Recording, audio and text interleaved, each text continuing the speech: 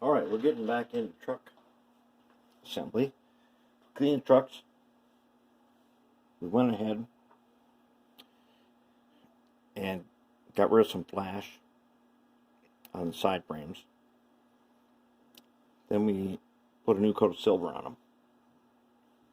Then, as you can see here, I put a coat of graphite on this just to prevent future flash rust. So it doesn't have to look like much, just need the coating on there. Okay, then what we wanted to do was get power. Power goes from wheel to side frame, then through these rivets to these sheet metal gearboxes. But in this case, these are not that tight. So what I did, I took the acid paste with soldering pencil. I tinned a spot right here, and once I was able to tin it, I could attach feeder wire, a power wire. So I've got the black is for the left, or when the locomotive is pointed this way, the red rail is closest to you, black rail is away from you, with the direction in DC pointed that way. So I got wires soldered on. Then, since everything is cleaned and polished up, I'm going to quickly take some ox guard on a paintbrush and go ahead and hit these phosphor bronze bearings. I've already polished them, but I just want to get some of this on there. Usually this is not really all that necessary. I just do it out of habit now.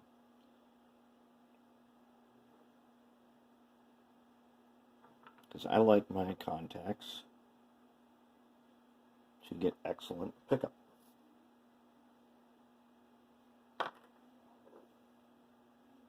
And that's basically what this does.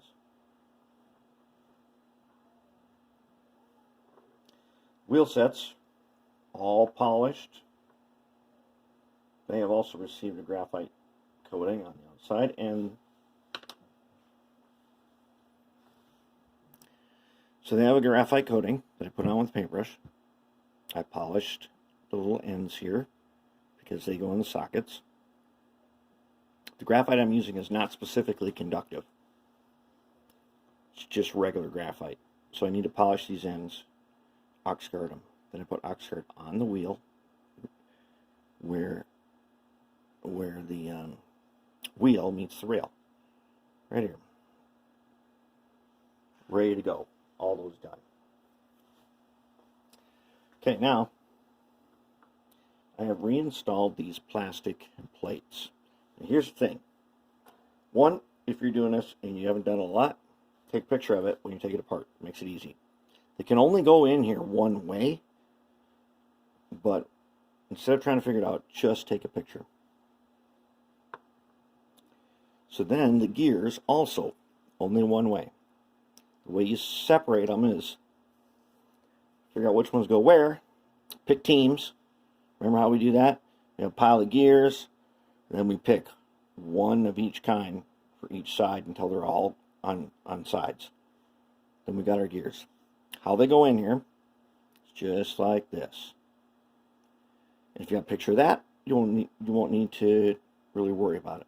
I've showed many times how we lube gears using Mag 1. That's our stuff. That's our go-to stuff. We use that on gears. We don't use anything else except red lithium, Mag 1, high temp brake grease, because it takes severe temperature changes with no problem. Going from cold storage in the winter to hot storage in the worst of conditions, and it works great. We lube the inside of each gear, get them on here, then we put some gear down, put some down in here, wipe off all the excess, give them a little turn around, and they should be nice and well lubed. We've got our red wires soldered on. We'll be making some PC boards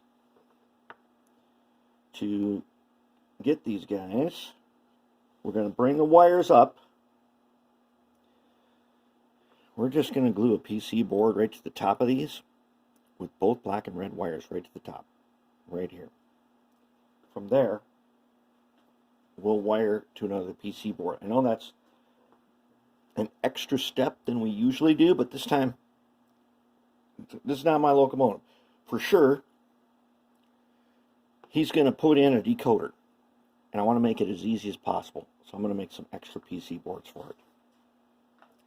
And then we went ahead, milled out a socket for the new motor.